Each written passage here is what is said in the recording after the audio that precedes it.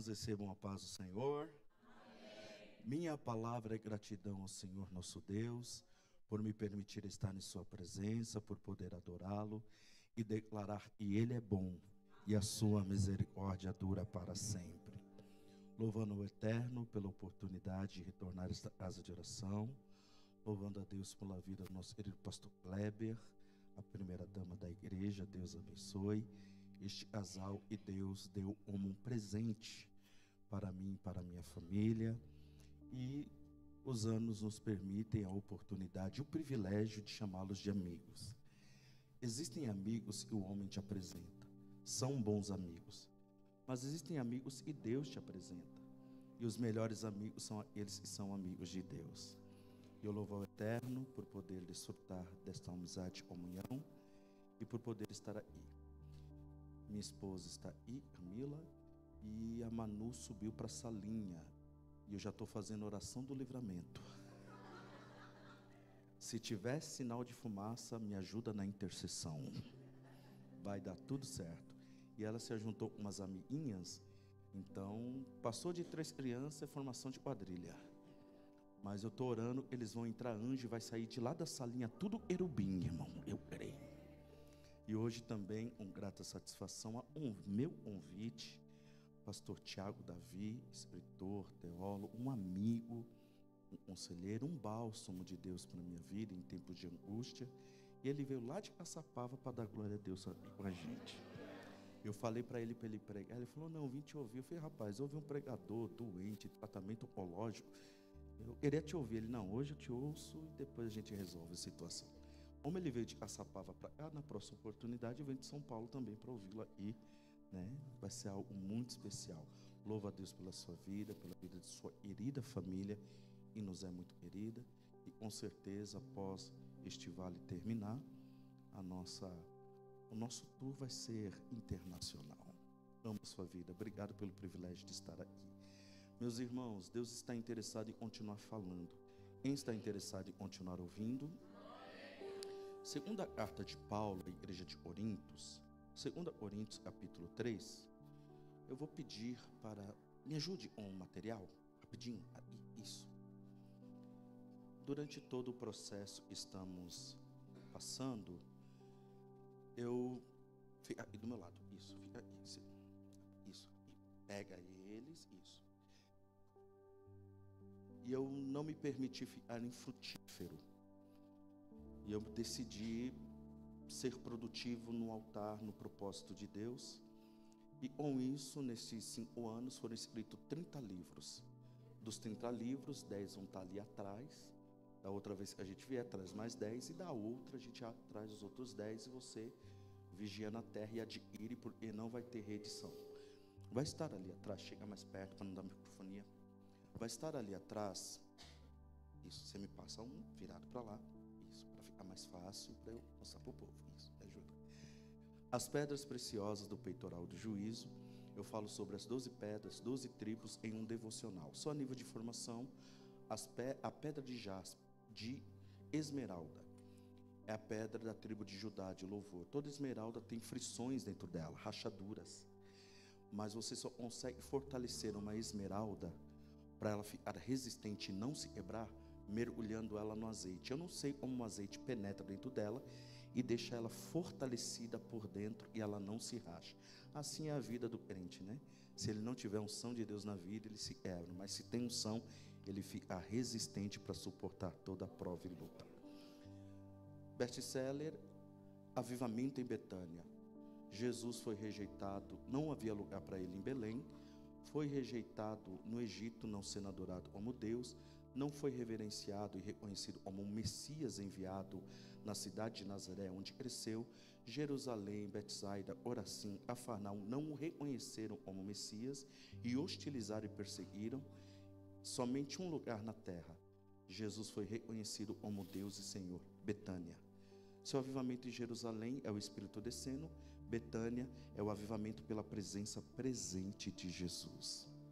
Vai estar ali atrás, Todos Nós Somos Mefibosete.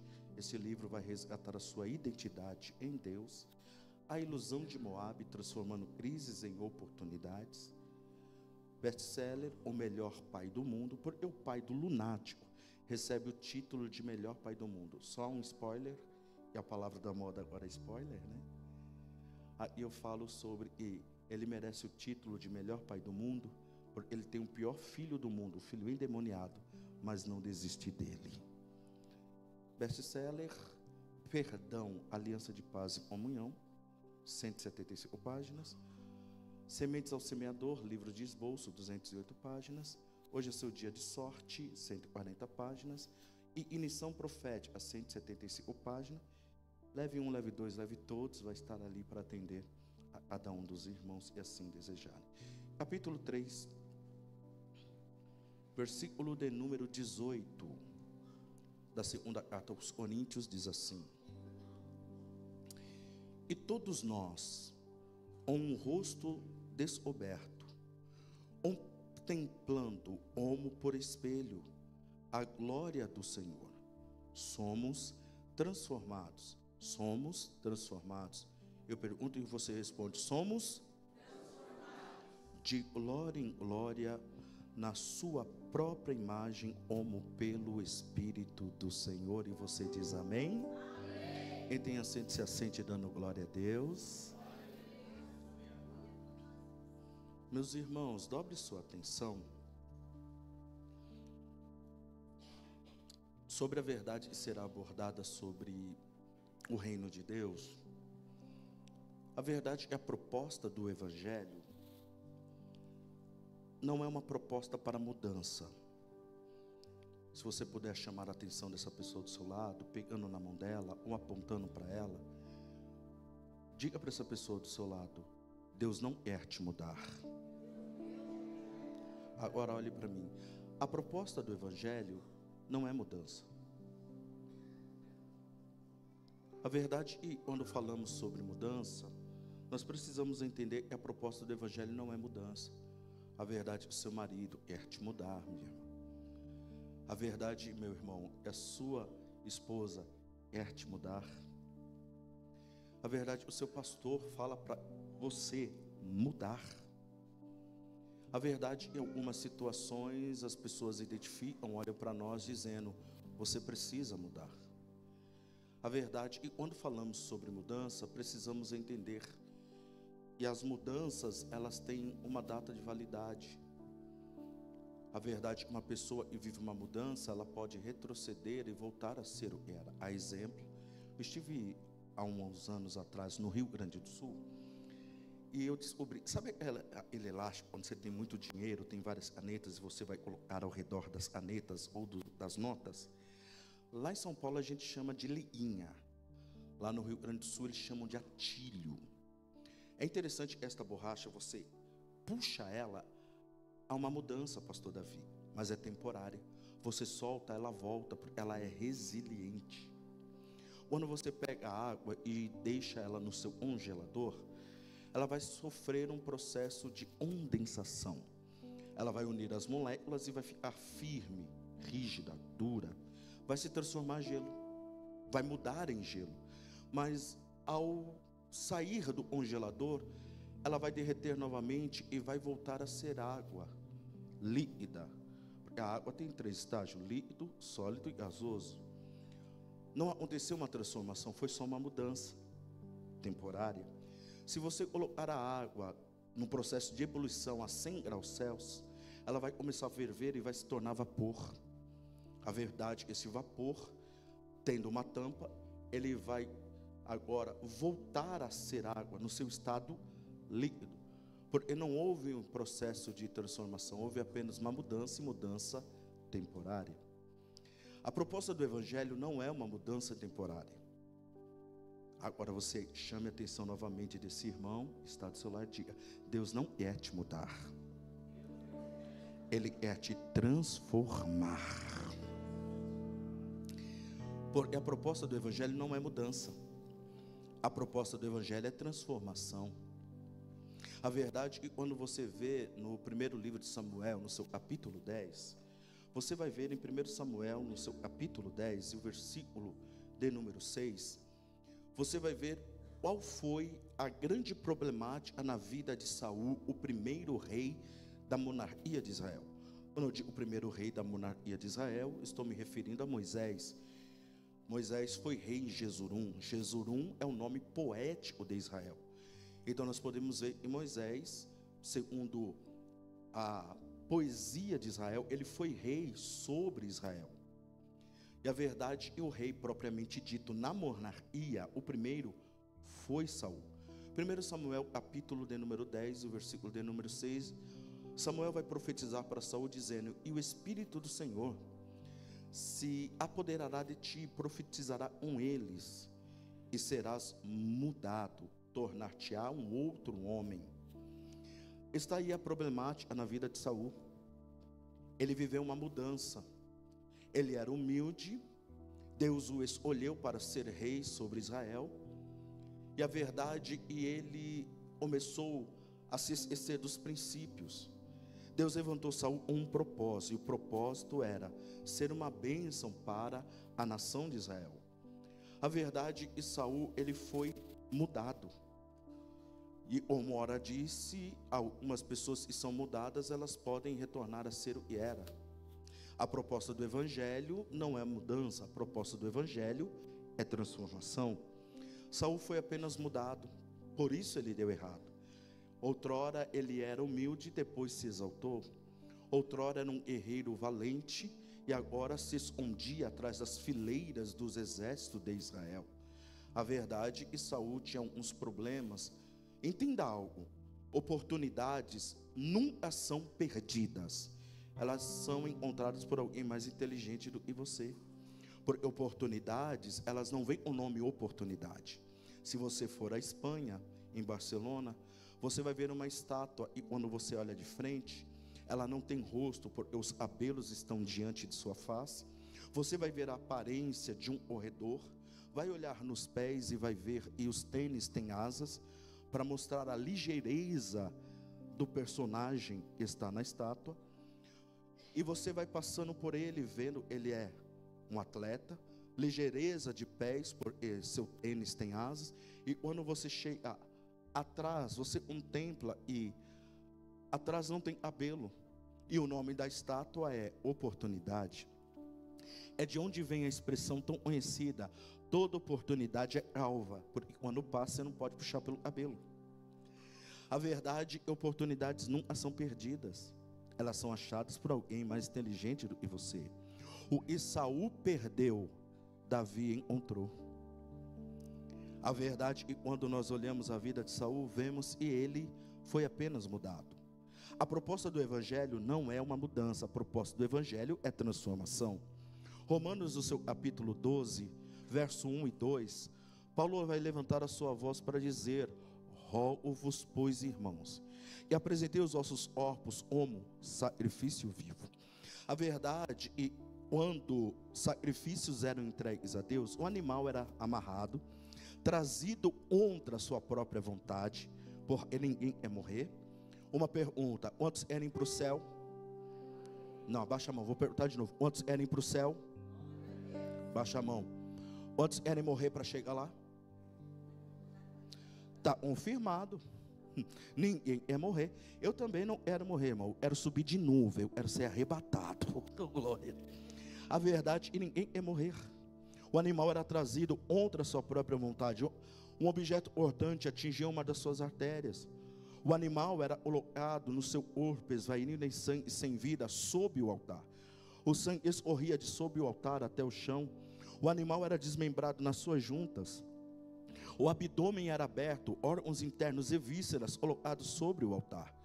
No crepitar das chamas, consumindo o animal morto, alguém estava louvando, mas o sacrifício estava morto. Alguém estava dando graças a Deus, mas o sacrifício estava morto. Alguém estava pedindo perdão, mas o sacrifício estava morto.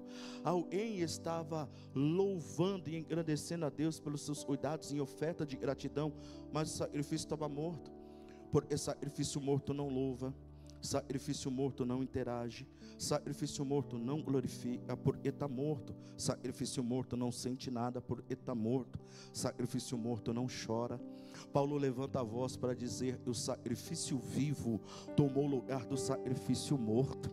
Por esse sacrifício morto não dá glória, não interage, não sente nada. Sacrifício vivo, esse sente. Sacrifício vivo levanta a mão, sacrifício vivo glorifica, sacrifício vivo louva, sacrifício vivo chora. Alguém já está entendendo e está começando a adorar? Porque Deus não é sacrifício morto, porque sacrifício morto não levanta a mão, mas sacrifício vivo levanta a mão e vai bendizendo ao Senhor.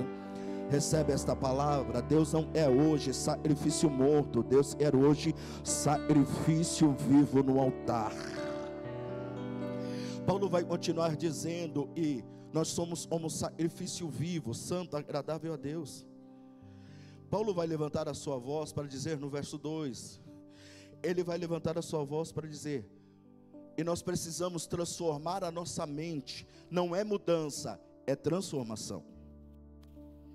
Nós precisamos transformar a nossa mente, porque a proposta do Evangelho não é mudança, a proposta do Evangelho é transformação. Paulo vai levantar a sua voz na carta aos Coríntios para dizer, e nós somos mudados de glória em glória. Ele vai levantar a sua voz para dizer que nós somos transformados de glória em glória. Dobre sua atenção, porque Paulo vai utilizar a passagem que revela sobre a glória transitória no rosto de Moisés. A verdade é que Moisés vai subir para ter um encontro com Deus. E é interessante, esse sobe e desce de Moisés no monte, era maravilhoso, pastor Kleber, porque quando Deus descia, Moisés subia. E teve uma vez que Deus não desceu, mas Moisés subiu e disse, Deus, eu estou aí, e a presença de Deus desceu no monte. Isso é comunhão. Quando Deus desce, nós subimos para encontrá-lo. E quando nós subimos, nós clamamos e Deus desce para vir ao nosso encontro. Entenda algo, avivamento é quando você e Deus está no mesmo ambiente só pelo prazer da companhia um do outro. Avivamento é quando você vem dizer, Deus, eu vim para te adorar. E é Deus dizer, e eu vim para ser adorado. É você dizer, Deus, hoje eu vim te buscar. Aí Deus se revela dizendo, e eu vim para ser encontrado. Hoje você veio ao lugar certo, você veio ao lugar do encontro, porque aí é o lugar onde Deus está disposto a te transformar, a começar um processo de transformação na sua vida. Dobre sua atenção, porque quando Moisés subiu, o rosto dele vai resplandecer, a glória de Deus vai estar impregnada no seu rosto. A verdade, o povo olhando para ele, vendo aquela glória, vai pôr um véu sobre o rosto de Moisés, dizendo, é muita glória, nós não conseguimos contemplar. A verdade é que quando Moisés tem este véu no seu rosto, há uma problemática, porque o povo não sabe, a glória do rosto de Moisés vai se desvanecendo, vai se diluindo. A verdade é que Moisés sabia que a glória ia-se embora, mas o povo não sabia. Moisés então, quando iria ser renovado, na sua intimidade, na sua comunhão, ele subia ao monte, e quando Deus descia, ele subia, e quando Deus não descia, ele subia e invocava a presença de Deus, e Deus descia, oh glória. E a verdade é que quando ele tinha um encontro com Deus, um véu no rosto, a verdade é que diante da presença de Deus, Moisés tirava o véu e dizia, Senhor, esta é a minha realidade, eu estou sem a sua glória, eu estou sem o seu brilho, eu estou sem a sua presença. Vai doer, mas continue me amando. A verdade é que diante de Deus, quem quer ser renovado, quem quer ser restaurado, quem quer ser perdoado, precisa arrancar as máscaras e dizer, Senhor, na tua presença não pode máscara, na tua presença eu tenho que revelar a minha verdade. Dobre sua atenção, o evangelho não é um baile de máscara, o evangelho não é um encontro de carnaval de máscaras, o evangelho é um convite para um encontro com Deus, para alguém arrancar a máscara e dizer, Senhor, sem a tua presença eu não tenho glória, sem a tua presença eu não tenho teu brilho, sem a tua presença eu sou mais um no meio da multidão, sem a tua presença eu não posso viver. Recebe esta palavra. Quando Moisés mostrava a sua realidade, arrancava as máscaras. A glória de Deus ficava impregnada no seu rosto. E eu dou glória a Deus. Você sabe por que a lua hoje no céu de São José dos Campos está brilhando tão linda? É porque ela, você não vê o sol, mas ela está refletindo o brilho do sol. Eu vou dizer de novo, a lua está brilhando tão linda esta noite, não é por seu próprio brilho, é por ela reflete o brilho do sol. Vai doer, irmão, você precisa entender, Deus tem que estar à sua frente, você tem que estar próximo de Deus. Para quê? Para a glória dele brilhar sobre o seu rosto.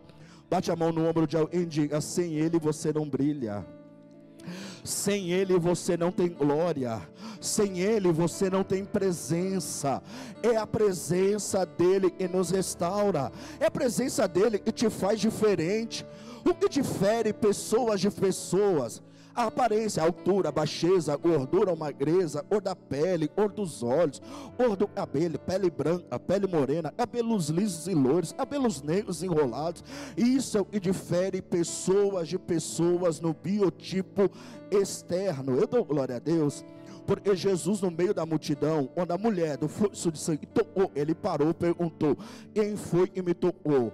E Jesus começou a procurar no meio da multidão. Ele estava procurando alguém alto, baixo, gordo ou magro, pele branca, pele morena, homem ou mulher. Não, Jesus não estava procurando alguém pelo biotipo externo. Jesus estava procurando alguém e tocou nele e estava cheio do poder de Deus. Vai doer, não adianta nada, a igreja está cheia de pessoas vazias, e vazias de pessoas cheias do Espírito Santo. A igreja precisa estar cheia de pessoas cheias da presença de Deus. E hoje eu vim aqui para ter um encontro com Deus.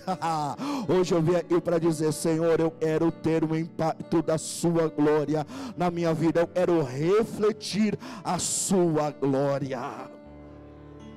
Olhe para mim, nós devemos refletir a glória do Senhor no nosso rosto, sendo transformados de glória em glória. Pedro vai levantar a sua voz para dizer que nós somos provados como ouro na fornalha. Vai doer, a verdade. E um ourives, e fez um ourives da família real inglesa, ele tinha um segredo, e ao ser entrevistado por ele produzir joias de um ouro puríssimo, a repórter perguntava para ele: qual é o seu segredo? Quais reis e rainhas, príncipes você já fez as suas obras de ouro puríssimo? E sempre ao responder uma pergunta, ele saía, ia ao tonel onde estavam as peças de ouro derretida. Ele ia, olhava e voltava a responder. Em uma das vezes a repórter estava entrevistando, dizendo: o senhor pode me dar atenção, porque o senhor sai de perto de mim para ir ali? Ele disse: eu vou te revelar o meu segredo, porque as minhas obras e as minhas joias são de um ouro puríssimo.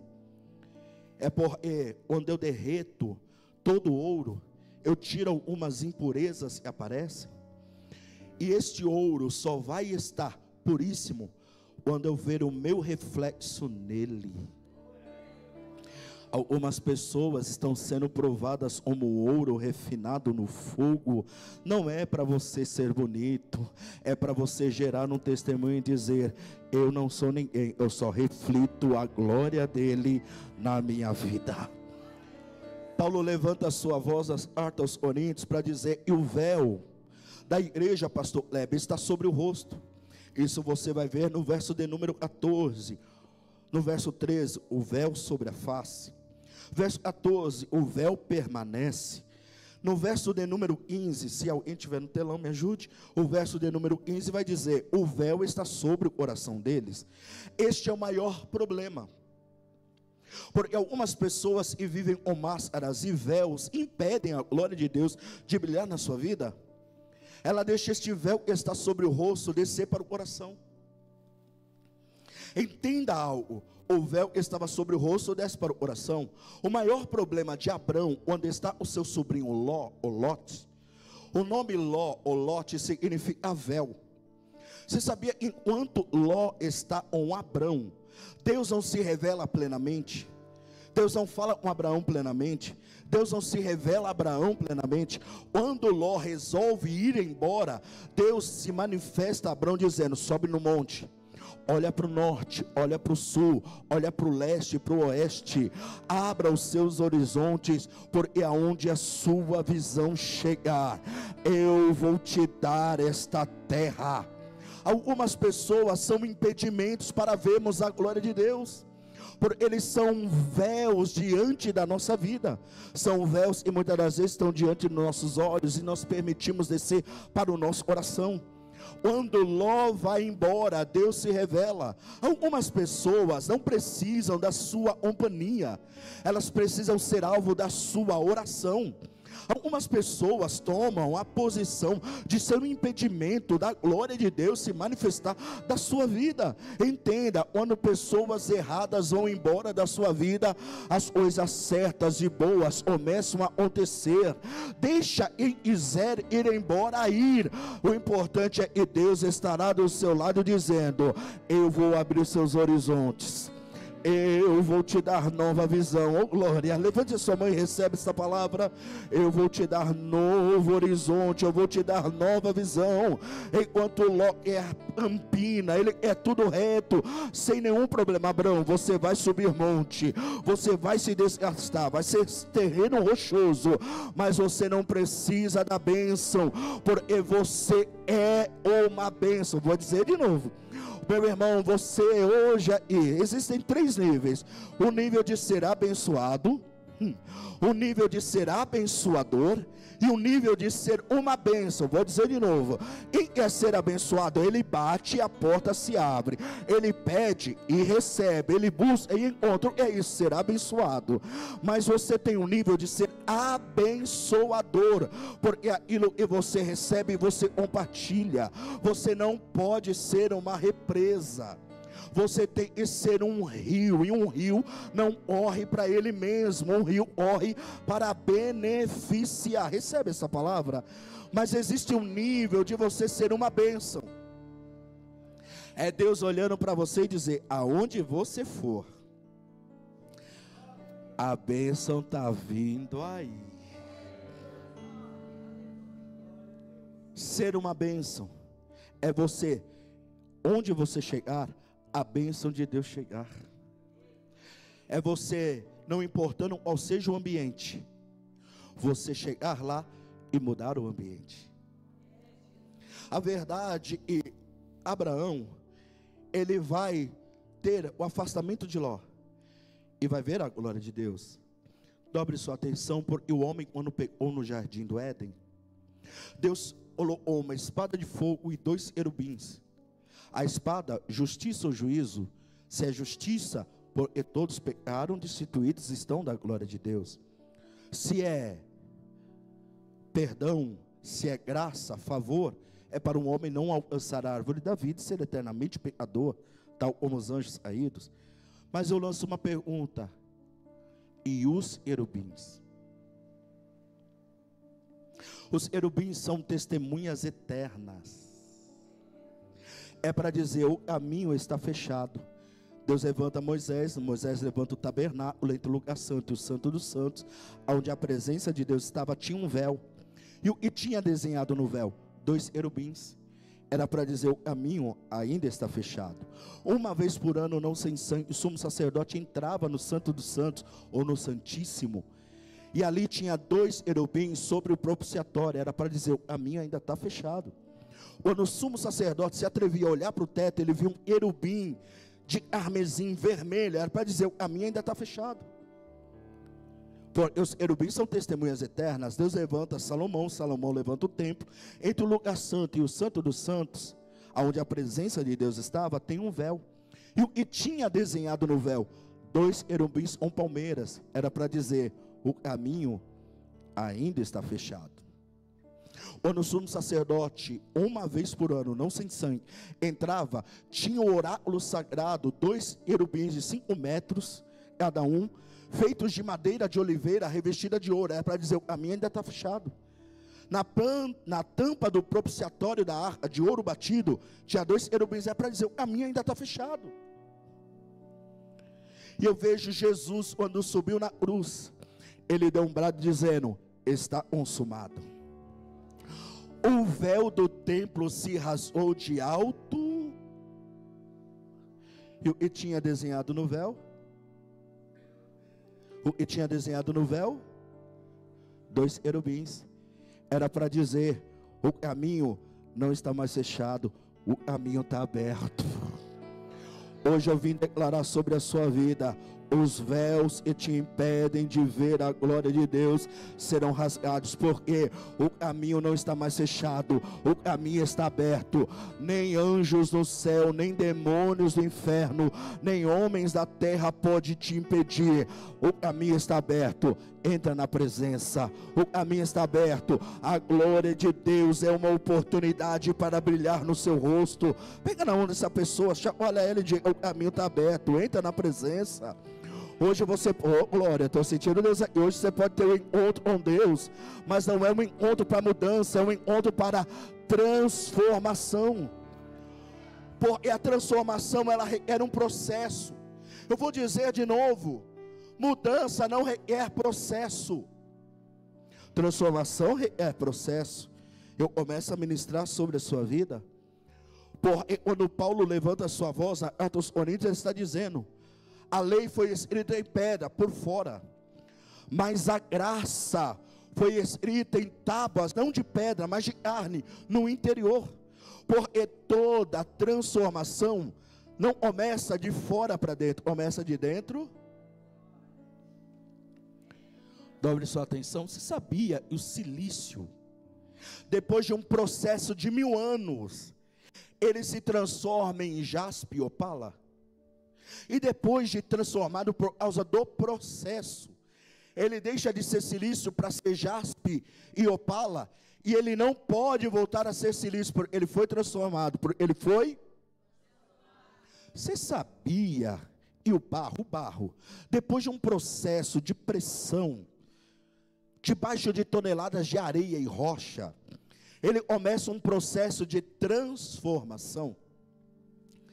E ele começa a se solidificar, e ele se transforma em rubi, topázio e esmeralda.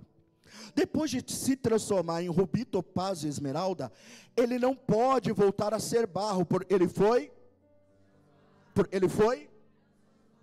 Você sabia? O carbono, brasa acesa, soterrado, durante o processo, eu estou falando de processo, de 1000 anos, de pressão, ele vai se solidificando de dentro para fora, e ele vai se transformar pelo processo em um lindo diamante.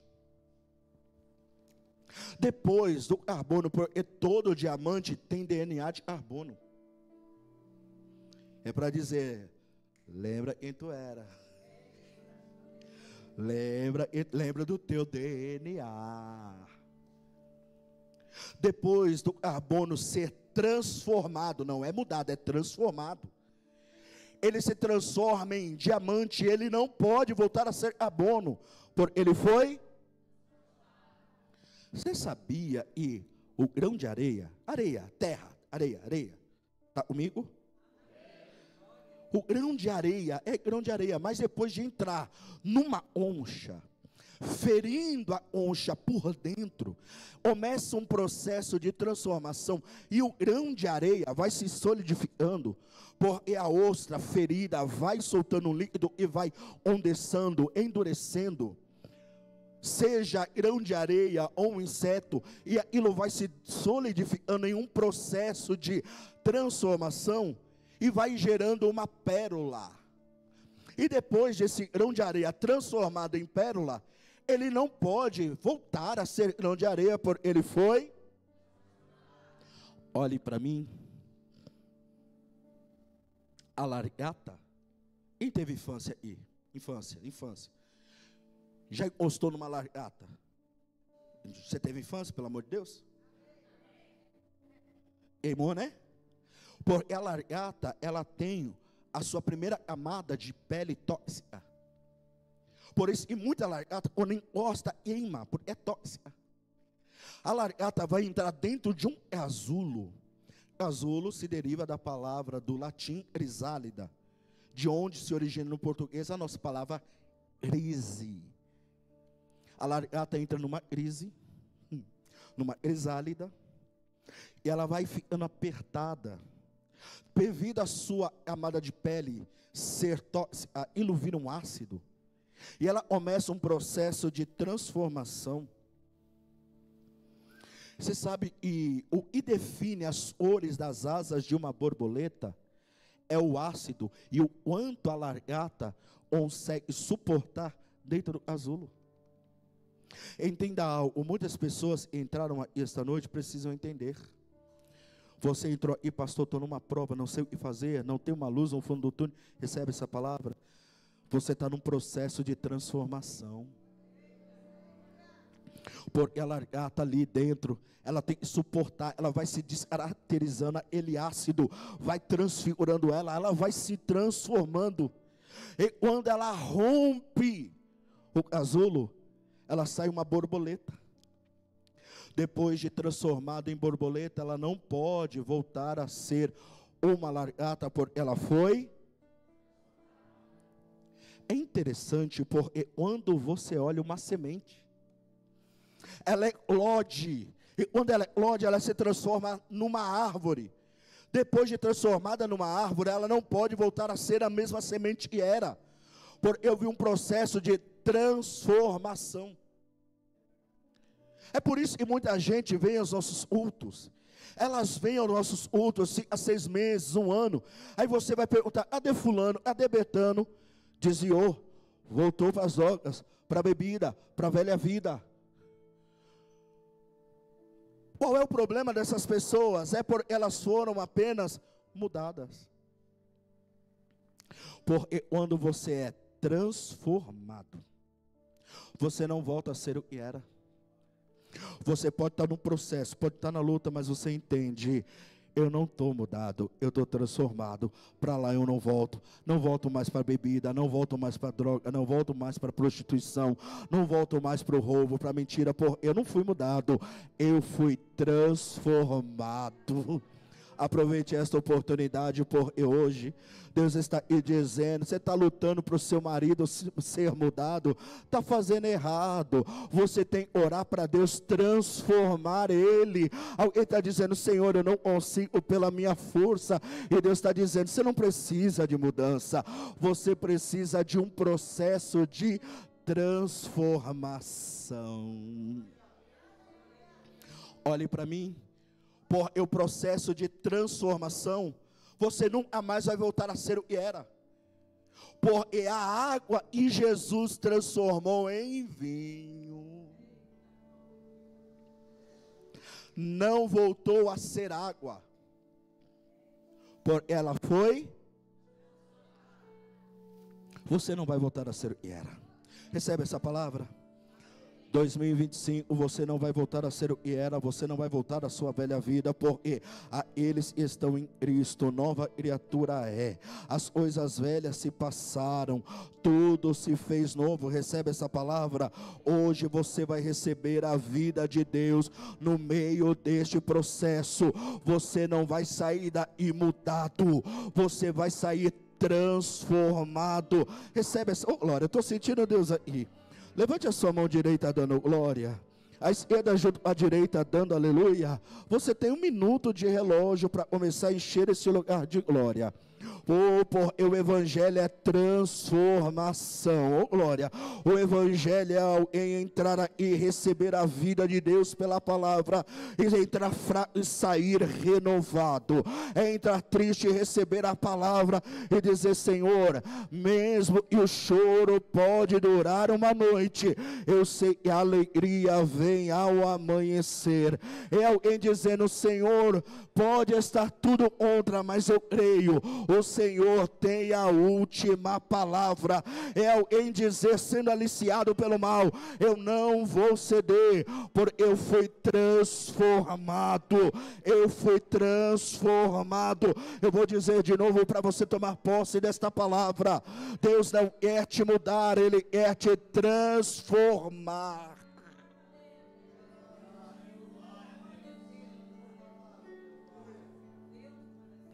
A verdade e transformação, processo de transformação dói. Olhe para mim, o processo do suco de uva para se tornar vinho precisa de fermentação.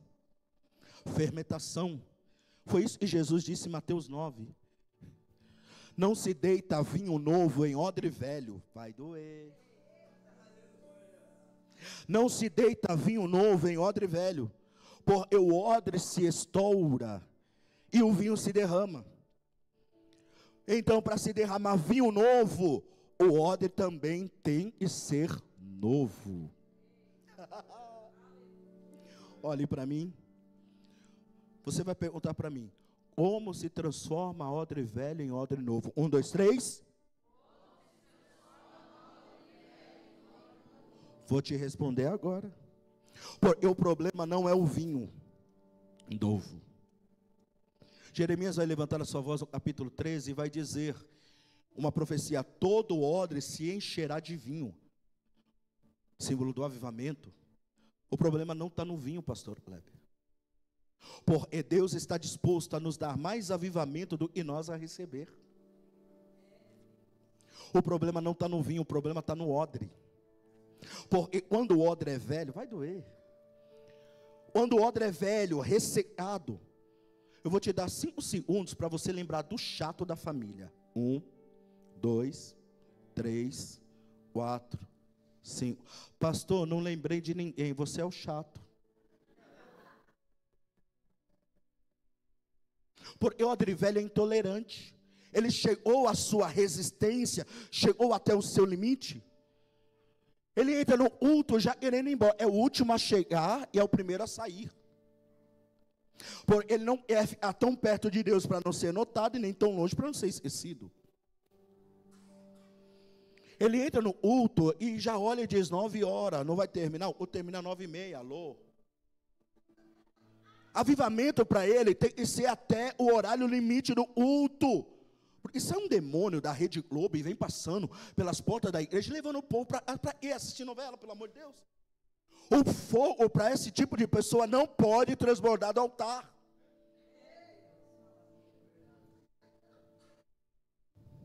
Porque eles querem colocar o Espírito Santo dentro de uma caixinha de fósforo. E já tem um escritor que escreveu: Espírito Santo, o Deus esquecido da igreja. Porque odre velho é intolerante, religioso, fariseu da época da graça, dá nota no louvor, dá nota no pregador, dá nota no... Deixa eu te falar uma coisa: culto não é sabor, porque culto para Deus é perfume. É oferta no sacrifício e sobe como aroma suave, vai doer. É o que vem para o dizer: não gostei do culto, o culto não é para você, o culto é para Ele. Culto é ao Senhor. Porque o odre velho vem dizendo: Deus vai vir pela direita, o culto vai ter a oração de abertura, vai ter o louvor, vai ter o ofertório, vai ter a ministração. Porque o odre velho, ele já vem com culto pré-fabricado. Entenda, quem vem como odre novo, ele não vem por religião, ele vem por relacionamento.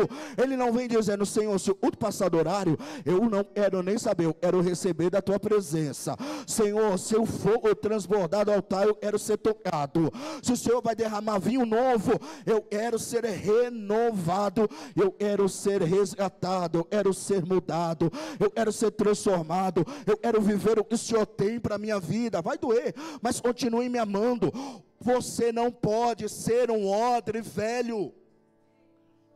Essa depressão aí vai te impedir, porque se o avivamento vier, você não vai aguentar a pressão.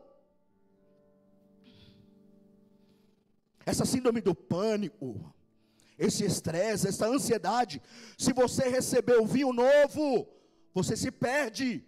Vocês estão aqui ainda ou já foram embora?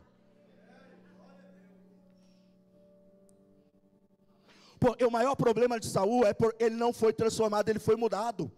Ele foi um odre velho e não suportou o vinho novo de Deus para a sua vida. Como se transforma um odre velho em odre novo? É simples, 3 elementos: fogo, água e azeite. O odre velho, ressecado, chegou no seu limite, não consegue romper limites, não consegue aguentar a pressão do vinho novo. Porque evangelho é pressão, irmão. Vou dizer de novo: evangelho é pressão. O odre velho, ressecado, Aí depende do estado deplorável que está o odre, tá? Tudo depende. Porque se ele está sujo, precisa se colocar na água. Mergulha na água para ele ser limpo por dentro e por fora, por dentro e por fora. Dá uma olhadinha para essa pessoa e diz: é por dentro e por fora, irmão. Pode dizer, é por dentro e por fora. Porque com Deus a transformação não é superficial. Glória, a transformação é de dentro para fora, de fora para dentro. Tem que ser purificado, limpo. Depois de ser purificado por dentro e por fora, coloca-se ele sobre o fogo, sobre a fumaça. E quando coloca ele começa a ressecar. E quando ele começa a ressecar, tira ele do fogo e mergulha ele no azeite puro, para ativar o elastano. E quando ativa o elastano, e se ele está num problema deplorável, pega esse azeite puro e vai se esfregando. E se ele não se renova, começa o processo de novo. Sai do azeite, vai para a água, da água vai para o fogo, do fogo vai para a água, da água vai para o azeite, do azeite vai para o fogo. E depende do estado deplorável em que o odre velho está. Porque este é o processo de transformação do odre velho para o odre novo. Precisa ser purificado de dentro para fora, precisa aguentar o calor da aprovação e precisa estar sempre submerso na unção e no poder do Espírito de Deus. Hoje começou um processo de transformação na tua vida. Hoje você vai deixar de ser odre velho para ser odre novo. Olhe para mim, este processo é doloroso. Pastor, qual legitimidade o senhor prega sobre processo de transformação? Há 5 anos, estava eu e minha esposa em Paris ministrando sobre um caroço no pescoço. Os nossos anfitriões passaram um gel, falaram: é uma luxação. Volto para o Brasil, 2020. Sobe de novo, doutor. Ultrassonografia, tumor. Biópsia, câncer. Vem a pandemia. Há um crescimento exponencial. No pós-pandemia, começa o tratamento. Tumor raro, 1 a cada 40 milhões, era mais fácil ter ganhado na Mega Sena 2 vezes, palavra do meu médico. Neste processo, não tinha médico especialista, porque tumor raríssimo no plexo braquial, no pescoço, não tem especialista no Brasil, e vai se tratando de maneira paliativa. Há 1 ano e meio atrás, meu médico falou: vem na consulta. E eu fui, ele disse: não quero te dar esperança. Mas um amigo meu de residência, eu falei: doutor, o senhor é chefe do Santa Marcelina, era quantos anos? Ele disse: 40 anos. Eu falei: seu amigo de residência, de quanto tempo atrás? Não quero falar sobre isso. Tudo bem, doutor. Ele está vindo no Brasil, não te prometo nada. Uma semana depois, vem, quero falar com você. Fui, ele disse: rapaz, quero te mostrar um áudio. O doutor veio dos Estados Unidos, amigo de residência do doutor Nápoles, disse: Nápoles, eu não queria voltar para o Brasil. Deu uns 5 minutos na minha mulher, e ela disse: quero ir para o Brasil, vamos voltar para o Brasil, deixa tudo aí, vamos para o Brasil. Se quiser continuar casado comigo, vamos para o Brasil. E eu vim em Nápoles. Nápoles, mudando de assunto, caso sério desse menino aí, hein? Tumor raríssimo no plexo braquial, não tem especialista no Brasil. Nápoles, eu estava pensando, eu acho que eu vim dos Estados Unidos para cuidar desse menino. Eu sou o único especialista em plexo braquial disposto a mexer nesse negócio. E eu vou fazer a cirurgia dele. Meu médico olhou e falou: você tem muita sorte. Eu falei: não, doutor, ele já está orando. E a oração do justo pode muito ter seus efeitos. Entre 15 remarcações em 1 ano e meio. Um dia meu médico diz: olha, semana que vem vai ser cirurgia. Eu falei: doutor, não acredito não. Já remarcou 15 vezes. Ele disse: não, mas agora vai acontecer. Dizem que o telefone, no outro dia, me liga o pastor Wellington Ribeiro, sobrinho do pastor José Satiro, de Mogi das Cruzes, e já liga falando em línguas. Quando ele começou a falar em línguas, ele não viu a voz, minha esposa falou: quem é? Eu falei: o pastor Elinho. E ele disse: varão, eu estava orando, e Deus mandou te entregar uma palavra. Eu falei: fala a palavra. E ele liberou, ele disse: assim diz o Senhor, eu, Deus, vou conter a hemorragia. Terminou ele mover, e eu choro, falo em línguas, pastor Wellington falando em línguas, minha esposa chorando, aquele negócio. E o pastor Wellington disse: varão, Deus me disse, ele vai conter a hemorragia. Eu falei: meu amigo, já remarcaram 15 vezes, eu nem sei se vai ter. Ele disse: não, Deus falou e vai conter a hemorragia.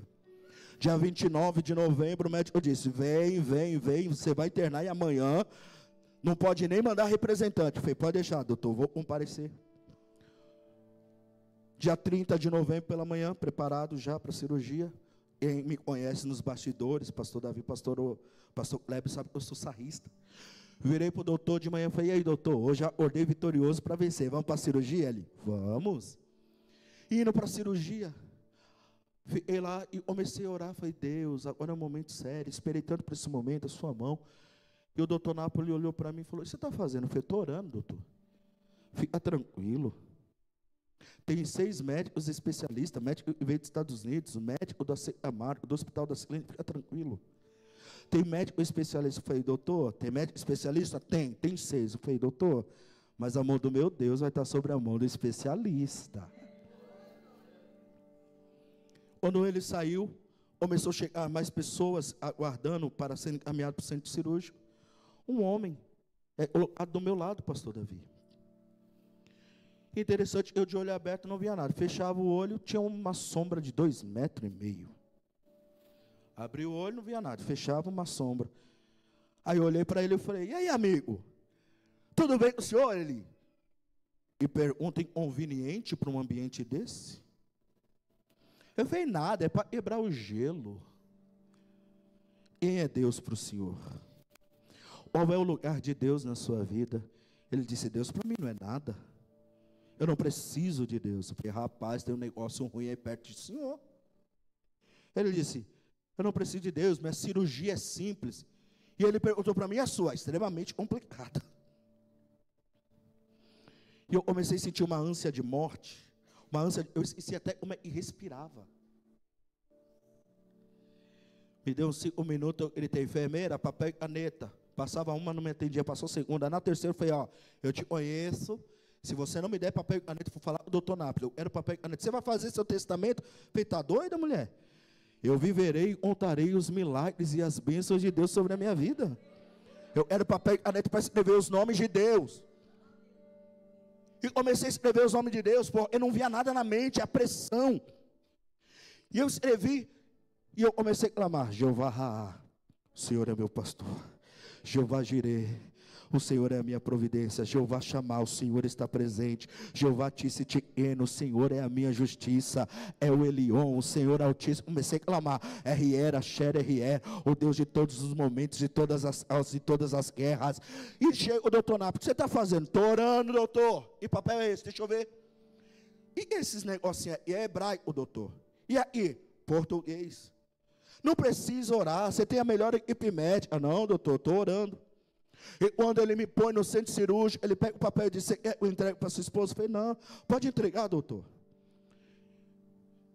E eu olhei para ele: doutor, posso dizer uma coisa para o senhor? Semana passada o profeta ligou e disse que Deus ia conter hemorragia. Profeta? O que é profeta? Eu falei: homem de Deus, doutor. O senhor entende de medicina, não entende de coisa espiritual? Um homem de Deus ligou, falou que Deus ia conter hemorragia. Fica tranquilo, vai dar tudo certo. Eu falei: doutor, posso dizer 3 coisas para o senhor? E vai acontecer na cirurgia? Se é evidente, é? Não, eu sou profeta, doutor. O senhor vai ter problema na intubação. Eu vou ver a luz, mas eu volto, porque eu tenho muita coisa para fazer. E quando eu voltar de ver a luz, eu vou ficar muito fraquinho, eu vou precisar de um up, tá? Fica tranquilo, menino. Cirurgia, 10 horas e 40 e tarará de minutos. Quando eu volto entubado, minha esposa chorando, eu acordei. Eu olhei para ela, eu não podia falar, estava entubado. Enfermeira, ele é papel e caneta, esse aí não pode escrever não, porque ele está com mais de 35 pontos entre a nuca e os pescoços, mexeu no plexo braquial, ele não vai conseguir escrever, porque vai perder a mobilidade dos braços, ele não vai conseguir enxergar e falar, vai demorar muito. O enfermeiro, ele está insistindo em ir papel e caneta. Você sabe que eu tenho uma orelha maior do que a outra, e minha mãe puxava para ir para o círculo de oração e para sentar na mesa para caderno de caligrafia. E eu escrevi com a letra bonita e Deus me deu: oi, amor, vírgula, tudo bem? Interrogação. A enfermeira, ele está escrevendo, está tudo embaralhado, está nada. E eu escrevi: essa louca está dizendo aí, interrogação. Esse aí vai ficar 15 dias, 14 dias na UTI vermelha, para descer para amarela. Eu dou glória a Deus, irmão, e foi 3 dias e meio da UTI amarela, desci para verde, da verde, irmão, mais 2 dias, fui embora, porque eu estava dizendo, era mais ficar, e não, pelo amor de Deus, quero ir embora, quero ir para minha casa. Minha esposa, quando eu estava entubado, perguntou, era te falar um negócio? Eu falei, eu sei, o homem do lado morreu. Eu estava vendo a sombra de 2,5 metros em cima dele. Para quem tinha uma cirurgia simples, não acreditava em Deus, o final foi triste. Mas para quem clamou pelos nomes de Deus, cirurgia complicada, pode levantar as mãos e dizer, Deus é fiel. Eu estou na UTI, estou na UTI amarela. Chega o meu médico, puxa a cadeira, uma equipe, olha para mim, e eu sarrista perguntei, doutor, eu vou sobreviver? E ele começa a chorar, eu falei, doutor, estava brincando, pelo amor de Deus, para de chorar, doutor, você está me preocupando. E ele me disse, eu preciso entender uma coisa. Fala aí, doutor, conseguiu tirar todo o tumor, deu tudo certo? Ele me olhou e disse, 4 tesouras foram quebradas. Tinha parte do tumor que estava dura igual pedra. Eu preciso entender uma coisa. Como é que você sabia tudo que aconteceu na cirurgia antes de acontecer? E alguém interrompeu ele e disse, doutor, esse é o rapaz? E falou tudo que aconteceu na cirurgia antes de acontecer. Sim, é ele mesmo. O que aconteceu, doutor? Rapaz, 2 horas para te entubar. Eu tinha um acordo com o meu médico, o neurocirurgião. Entre o meia voz e o braço esquerdo, leva o braço esquerdo, usa o tipóia, carro automático, tranquilo. E uma das enfermeiras disse, vamos fazer uma tráqueo. O chefe da neurocirurgia disse, não, ninguém toca na voz dele. O meu combinado com ele é, entre a voz e o braço esquerdo, leva o braço esquerdo, ninguém mexe, se vira, 2 horas para entubar. E ele chorando me disse, eu te perdi na mesa de cirurgia, eu tive que te reanimar e você voltou. Eu falei, doutor, não foi o senhor, foi a mão do meu Deus que me deu vida. Ele me olhou e disse, mas você voltou com os sinais vitais tão fraquinho, eu tive que te dar adrenalina. Você quase sentou na mesa, pensei até que tinha passado anestesia. Aí eu lembrei, doutor, e a história da hemorragia? Ele começou a chorar mais. Eu falei, doutor, faz isso comigo não, pelo amor de Deus, você está me assustando. E ele disse, rapaz, eu te dei 4 bolsas de sangue. Um ser humano tem 7 litros de sangue correndo no seu interior. Cada bolsa de sangue tem 1 litro. O sangue está correndo dentro de você, nem seu é.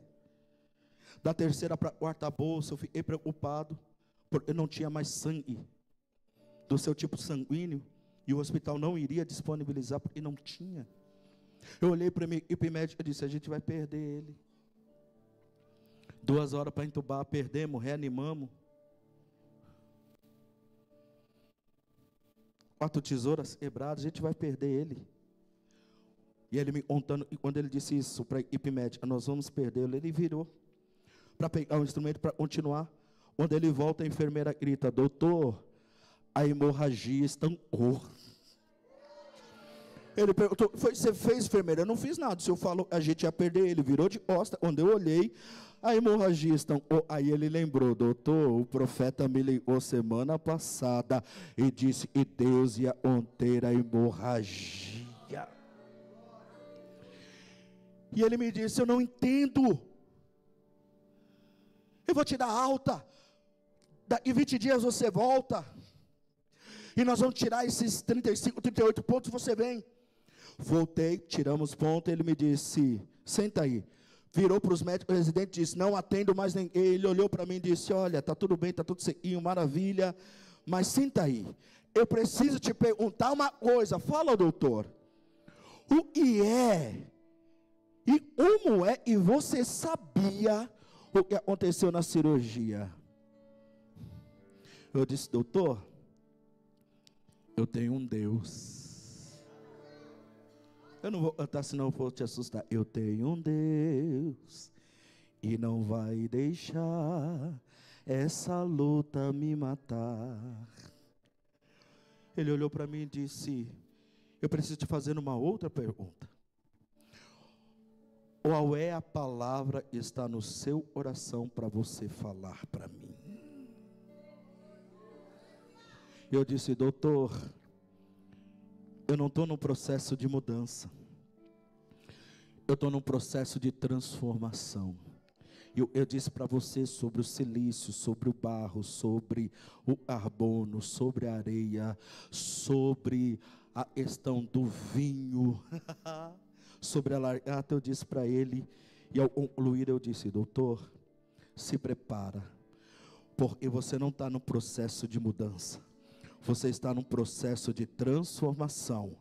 E ele que começou a boa obra vai terminar. Toda vez que ele me atende, ele tira uns minutinhos para perguntar, e aí, e você pregou semana passada? Olha a palavra que está no seu coração, fala sobre Deus. E eu vim hoje lá de São Paulo aqui para declarar sobre a sua vida, o seu processo de transformação começou. Se prepare, porque um novo testemunho vai surgir. Quem te olhar vai dizer, é milagre vivo. Quem te olhar vai dizer, Deus é poderoso sobre a sua vida. Eu quero te convidar a ficar de pé neste momento juntamente comigo. Oh, mas de pé dando glória a Deus. Deus não quer te mudar.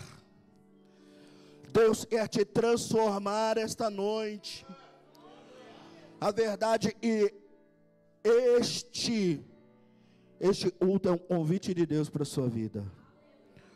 Um convite para você viver transformação.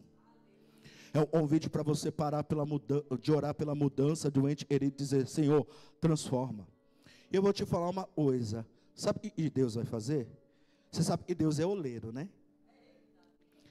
Entrega na mão de Deus, e aí sabe o que Deus vai fazer? Ele vai quebrar o vaso. E o que sobrar de bom, Ele vai fazer um vaso novo para a glória do nome dEle. Levante a sua mão direita dando glória. Alcance a mão de alguém e diga para essa pessoa, eu vou orar por você agora. Dê a mão para essa pessoa. Diga para ela, eu vou orar por você agora. Se você puder levantar de maneira confortável a mão dessa pessoa para o céu. Eu ainda estou com o braço esquerdo parcialmente paralisado, o olho decaído, cicatriz de 38 pontos entre a nuca e o pescoço, mas eu posso declarar, em todas as coisas Deus é fiel. Eu posso declarar, nada foge do controle das mãos de Deus. Levante a sua voz e comece a orar. Não temas o amanhã, Deus está te esperando lá. Quem vem para esta conferência, venha o teu reino.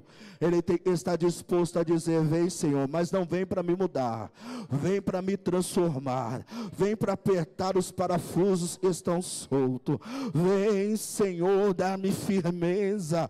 Quem vem declarar e venha o teu reino, está disposto a dizer Pai nosso, está disposto para dizer Pão nosso, está disposto a dizer venha o teu reino.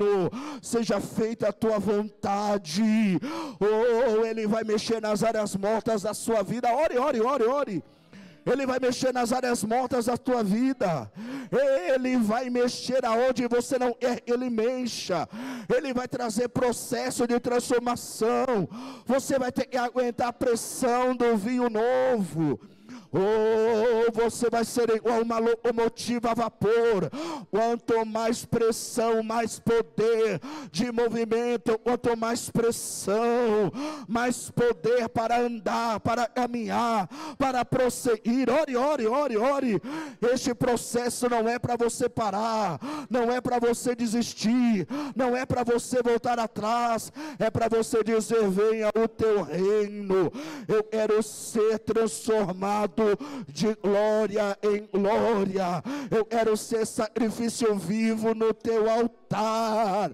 Eu quero viver transformação. Eu vou passar pelo aperto do casulo, eu vou passar pela pressão do odre, mas eu vou viver o melhor de Deus. Ore, ore, ore. Levante a mão dessa pessoa junto com a sua. Isso não é uma mão, é uma tocha acesa. Deixa hoje Deus rasgar o véu para você ver a glória dele sobre a sua vida. É com o rosto descoberto dizendo: Senhor, renova a sua glória sobre mim. Eu não vim por religião, eu vim por relacionamento. Eu vim porque eu te amo, eu me submeto porque sou teu servo e te adorarei, mandorei alamaraciaramai. Levante a sua voz. O céu vai mexer nas áreas mortas da sua vida. Senhor, nós oramos esta noite. Eu oro por este irmão, por esta irmã. Eu oro e venha o teu reino. Senhor, não queremos ser mudados. Quem é mudado pode voltar a ser o que era. Senhor, eu quero ser transformado na minha mente. Eu quero ser transformado de glória em glória na tua presença. Senhor, o processo de transformação é processo de purificação do ouro. Tem que aguentar a fornalha, é processo de fermentação, tem que aguentar a pressão. Senhor, é processo. Oh, meu Deus, é processo. Urabara Andorema, é processo de casulo, de transformação, de metamorfose, Senhor, para não voltar a ser o que era. Eu dou glória a Deus por essa pessoa que está deixando Deus transformá-la. Ela não vai voltar para a bebida, para a droga, para a prostituição, para o roubo, não, não, não. Ela está sendo transformada de glória em glória, de glória em glória.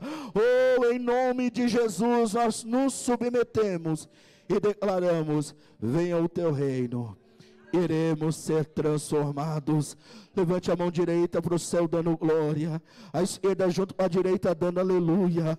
Se você puder declarar: venha o teu reino, eu quero ser transformado. Levante a sua voz: venha o teu reino, eu quero ser transformado. Levante a sua voz, terceira vez: venha o teu reino, eu quero ser transformado. Aplauda ao Senhor com alegria. Transformação.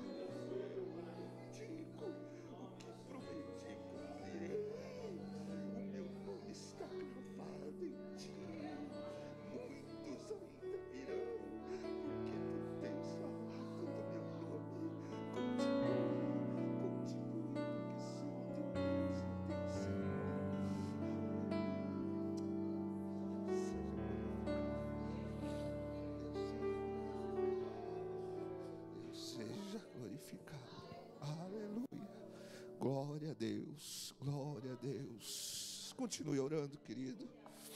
Glória, glória, glória ao nome de Jesus. Aleluia, aleluia.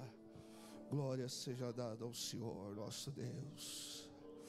Coisa linda é servir ao Senhor, coisa linda É muito gratificante servir ao Senhor. Conversava com o pastor Isaac um dia antes da cirurgia. Um dia antes, era para o senhor estar aqui, disse: eu vou operar amanhã. E hoje a gente está junto pelo milagre e a glória do Senhor Jesus Cristo. Graças a Deus. Você pode aplaudir Jesus, que não decepciona. Glória.